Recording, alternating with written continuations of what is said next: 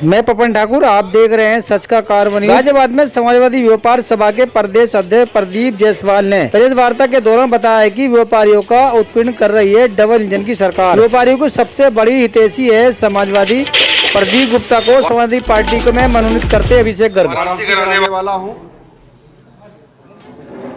और समाजवादी पार्टी के व्यापार प्रकोष्ठ समाजवादी व्यापार सभा का मैं प्रदेश अध्यक्ष हूं। आज इस प्रेस वार्ता में आप सभी सम्मानित समाचार पत्रों, इलेक्ट्रॉनिक मीडिया और पोर्टल चैनल के पत्रकारों का बहुत बहुत स्वागत अभिनंदन करता हूं।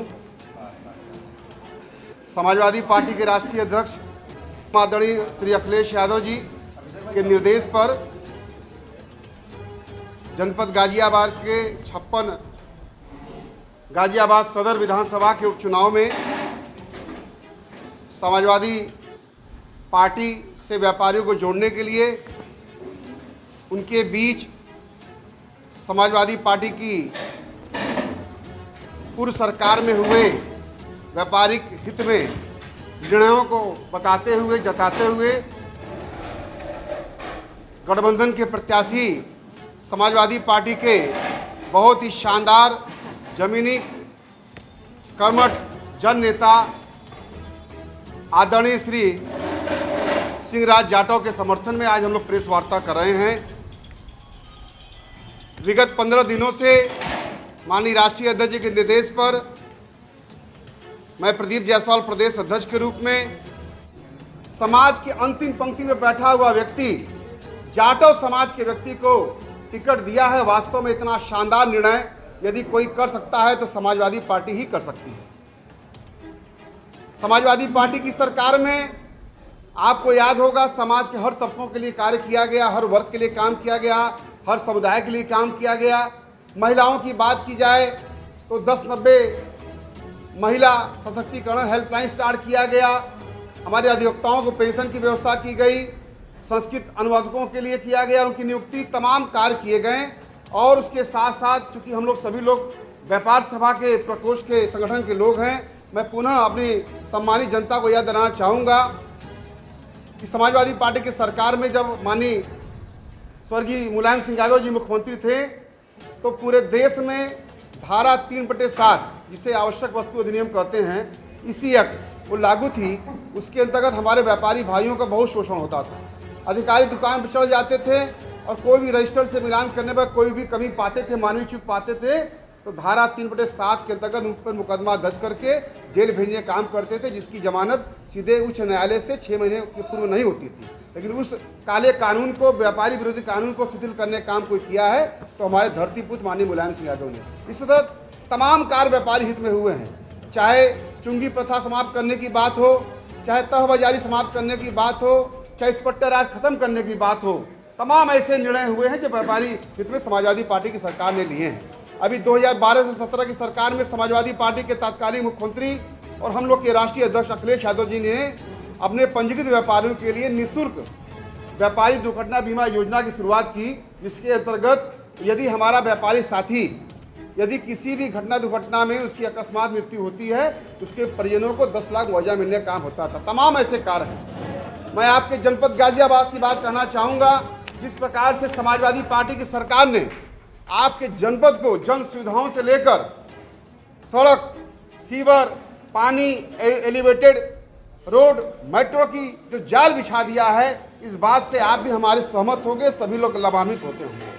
जैसा कि मुझे बताया गया है कि मेरठ तिराहे का निर्माण कराया गया, पुराने बस अड्डे का पुल बनाया गया, प्रताप विहार जाने के लिए मार्ग बनाया गया, नोएडा से गाजियाबाद को जोड़ने के लिए 2 घंटे की पहले दूरी हुआ करती थी, उसके लिए सड़क बनाया गया जो कि अब 20 मिनट में आप आए जा करते हैं। नए हिंडन पुल का निर्माण किया गया, फिर साथ गार्डन को जोड़ने के लिए एलिवेटेड पुल बनाया गया। तमाम कार्य किए गए हैं। इसलिए आज हम लोग इस प्रेस कॉन्फ्रेंस के माध्यम से आपसे कहने आए हैं कि व्यापारियों का साथ समाजवादी पार्टी के साथ है।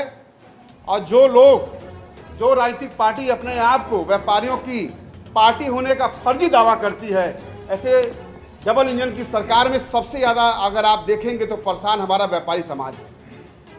इतने उनके विभाग और उनके अधिकारी बेलगाम हो गए हैं। केवल हमारे व्यापारी जो भोले भाले व्यापारी हैं जो अपने खून पसीने की कमाई से टैक्स देकर इस सरकार को, प्रदेश और देश सरकार की अर्थव्यवस्था की रीढ़ की हड्डी बनकर विकास के कार्य में सहायक होते हैं। लेकिन जिस प्रकार से सरकार की नीतियां हैं, सरकार के विभाग हैं, चाहे वो बाढ़ माफ हो, चाहे सैंपल हो, चाहे जीएसटी हो, चाहे श्रम विभाग हो, चाहे अग्निशमन हो, सभी लोग ये लूट का अड्डा बना कर रखे हैं। मैं आपको बता देना चाहता हूँ, मेरे पास एक पत्र भी है जीएसटी विभाग का, उसमें इस बात का उल्लेख किया गया है कि दशहरा, दीपावली, गोवर्धन पूजा, भाई दूज और लगन का समय चल रहा है। आप लोग जाइए और व्यापारियों के प्रतिष्ठानों पर छापा मारिए और जो भी सामान आपको गड़बड़ मिलता है या कोई अनियमितता मिलती है, आप उसके दुकान गोदाम को सीज कर दीजिए। अब बहुत ही ये हास्यास्पद पहलू भी है, दुखद पहलू भी है। इस पत्र में जो निर्देश जो जारी है विभाग के, उसमें नीचे लिखा हुआ है कि याद रखें कि किसी व्यापारी का शोषण नहीं होना चाहिए, उत्पीड़न नहीं होना चाहिए। क्या ये व्यावहारिक है? अधिकारी जब किसी दुकान पर चढ़ेगा तो जो हमारा व्यापारी है वो तो पहले डर जाएगा, दहशत में आ जाएगा, तो वो व्यापार करेगा कि वो आपके अधिकारियों से जांच कराएगा अपने फर्म का। पूरा वातावरण खराब है पूरे देश प्रदेश में। व्यापारी समाज हमारा दहशत के माहौल में जी रहा है और उम्मीद कर रहा है कि कैसे समाजवादी पार्टी की सरकार आए, कैसे ऐसे व्यापारी विरोधी भाजपा की सरकार जाए और हम लोग के बच्चों का भविष्य सुनहरा हो। आप लोग अपने दिल पर हाथ रख के देखिए, क्या इस सरकार से की नीतियों से आप खुश हैं? नहीं है। हमारा आपका भविष्य असुरक्षित है, हमारा आपका व्यापार खराब होता जा रहा है। चाहे नोटबंदी की बात करिए, चाहे लॉकडाउन की बात करिए, चाहे जीएसटी की बात करिए, सबसे ज़्यादा कोई परेशान है तो हमारा व्यापारी समाज हुआ है, बर्बाद हुआ है। और जिस प्रकार से ऑनलाइन मार्केटिंग के नाम पर खुलेआम लूट की जा रही है और हमारा खुदरा जो फुटकर व्यापारी है, जो रेहड़ी पटरी खुमचा गुमती वाला है, जो छोटा हमारा व्यापारी है, जो मध्यम व्यापारी है, उसके दुकान पर चढ़ने वाला कोई नहीं है। आप जाके देखिए, यहाँ कई बाजार हैं, चाहे फुटवेयर की बात करिए, चाहे रेडीमेड कपड़ों की बात करिए, चाहे इलेक्ट्रॉनिक मार्केट की बात करिए, दुकान के दुकान खाली है, बाजार के बाजार खाली हैं। इस पर सरकार को कोई चिंता नहीं, उनको केवल टैक्स चाहिए। वो हमारा आपका खून चूसकर टैक्स लेना चाहते हैं। इसलिए साथियों, आज इस वार्ता के माध्यम से अपने व्यापारी साथियों को कहना चाहेंगे कि आने वाले 20 नवंबर को आपके जनपद में उपचुनाव होना है, आपके जनपद का तकदीर और तस्वीर का फैसला होना है, आपके बच्चों का भविष्य का फैसला होना है, आपका व्यापार कैसे अच्छा चले, इस बात को आपको सोचना पड़ेगा, समझना पड़ेगा। और मेरा आपसे अनुरोध है, अपील है कि आप समाजवादी पार्टी के राष्ट्रीय अध्यक्ष आदरणीय अखिलेश यादव जी के नीतियों और रीतियों से परिचित होंगे और उनको आप आत्मसात करते हुए 20 तारीख को आने वाले चुनाव के मतदान के दिन समाजवादी पार्टी के चुनाव निशान साइकिल वाले निशान के सामने वाला बटन दबाकर भारी से भारी मतों से विजयी बनाएंगे। यही हम आपसे अनुरोध करना चाहते हैं। धन्यवाद। एक सवाल है मेरा, प्रदीप जी, आपने कहा कि व्यापारियों के साथ में उत्पीड़न हो रहा है, कितने व्यापारियों ने कितनी आपको समर्थन दिया है? क्योंकि यहाँ पर जो गाजियाबाद के अंदर 10 व्यापारियों की अलग अलग शाखाएं, कितनी शाखाओं ने आपको समर्थन दिया है? देखिए, इस समय जो देश प्रदेश में जो माहौल दहशत का है, कोई व्यापारी साथी आपको लिखित पढ़त पर नहीं दे सकता है। व्यक्तिगत रूप से जो हम लोग जा रहे हैं, जो लोगों से मुलाकात कर, सब अपने दुख को आपके सामने बता रहा है, क्योंकि हम लोग जनप्रतिनिधि हैं और एक राजनीतिक पार्टी के प्रदेश के अध्यक्ष है व्यापारी प्रकोष्ठ के, तो हम लोग उनकी बातों को सुनकर समझकर जो आपके सामने मैं बात बोल रहा हूँ, ऑथेंटिक रूप से बोल रहा हूँ। समाजवादी पार्टी 2004 से अभी तक सीट नहीं निकाल पाई, क्या कारण रहा? देखिए, तो जनता का मन है और चुनाव जब कोई होता है तो सभी लोग अपने मुद्दे बताते हैं और जब मतदान होता है तो मतदान में जो परिणाम आता है वो एक समीकरण के अनुसार होता है। कभी कभी होता है कि कभी कोई डमी कैंडिडेट भी जीत जाया करता है, कोई कभी अच्छा कैंडिडेट भी हार जाया करता है। तो आप इस बात को समझिए कि हम लोग सीट कम जीत पाएँ, लेकिन सबका विश्वास इस तरीके से रहा कि आज उत्तर प्रदेश नहीं पूरे देश में समाजवादी पार्टी का बोलबाला है। और जिस प्रकार से राष्ट्रीय अध्यक्ष के नेतृत्व में देश की तीसरी पार्टी समाजवादी पार्टी आज के डेट में हो गई है, इससे बड़ा बात कोई नहीं हो सकती है। आपके कितने बाजारों का, कितने संगठनों का समर्थन आपको मिला है? तो माननीय अध्यक्ष जी ने जवाब भी दिया कि जो वर्तमान में परिस्थितियां बनी हुई हैं उसमें व्यापारी की क्या मजबूरी है। आप सब लोग अनभिज्ञ नहीं हैं कि डबल इंजन की सरकार किस तरह की भावना के साथ काम करती है। आप सब लोग जानते हैं, पूरे देश की जनता इसको जानती है, किसी से छिपा हुआ नहीं है। तो मैं सभी साथियों को कहना चाहता हूं कि हम 500 से 1000 के बीच प्रमुख व्यापारियों से अलग अलग मिल चुके हैं विधानसभा में। 500 से 1000 बता रहा हूँ, और उनका समर्थन हमारे साथ है। और ये संख्या अभी 5 दिन शेष हैं, जिनमें 3 दिन प्रचार के शेष हैं, 4 दिन आज का दिन मिला के। ये संख्या कितनी बढ़ने वाली है इसका अंदाजा आप सब ही लगा लें।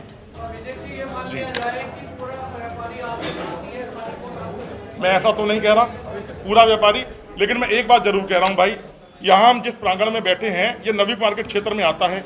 ये दशकों से यहाँ पे एक बाजार लगता था, जिसे एक मध्यम और गरीबों का बाजार कहा जाता था। उसको उजाड़ने का काम किसने करा? भारतीय जनता पार्टी के नेतृत्व की सरकार ने आते ही सबसे पहले उस बाजार को उजाड़ने का काम किया। जबकि इन्हीं के पार्टी से एक पूर्व मेयर हुआ करते थे जिन्होंने उस बाजार को समर्थन दिया था। उसके बावजूद इस सरकार ने आते ही पार्ट 1 में उस बाजार को उजाड़ने का काम किया। समाजवादी, एक सेकंड भाई, समाजवादी लोगों ने उस बाजार का साथ दिया और तहबाजारी की व्यवस्था उस बाजार को लेकर जो समाप्त की थी वो माननीय नेताजी ने अपने मुख्यमंत्री काल में की थी 2003 से 2007 के दौरान।